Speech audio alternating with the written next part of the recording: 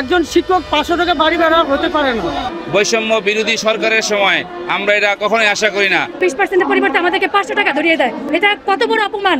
এটা যদি তাদের মাথায় কাজ করতে কিনা জানি না।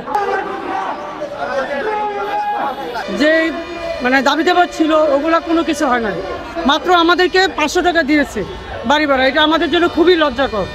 একজন শিক্ষক 500 টাকা বাড়ি ভাড়া হতে পারে না। হ্যাঁ, আমরা খুব কষ্টে আছি।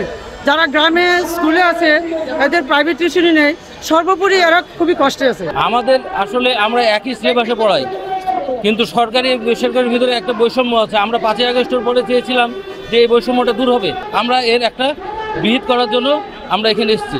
আমরা এর আগে ওই দাবি নিয়ে আমরা এসেছিলাম 2 মাস আগে, তখন আমাদেরকে বলা হয়েছিল যে 20% দেওয়া হবে।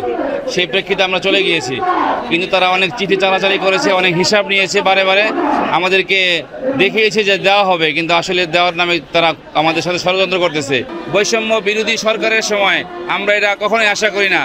এটা তো একটা অনেক বড় অপমান আমাদের জন্য, যেখানে আমরা বাড়ি ভাড়া দাবি করে আসছি, অন্তত 20% দেওয়ার ব্যাপারে দাবি করে আসছি। শিক্ষা প্রতিষ্ঠান বলছেন যে 20% দেওয়া সম্ভব, সেক্ষেত্রে এখন 20% পরিবর্তে আমাদেরকে 500 টাকা ধরিয়ে দেয়, এটা কত বড় অপমান!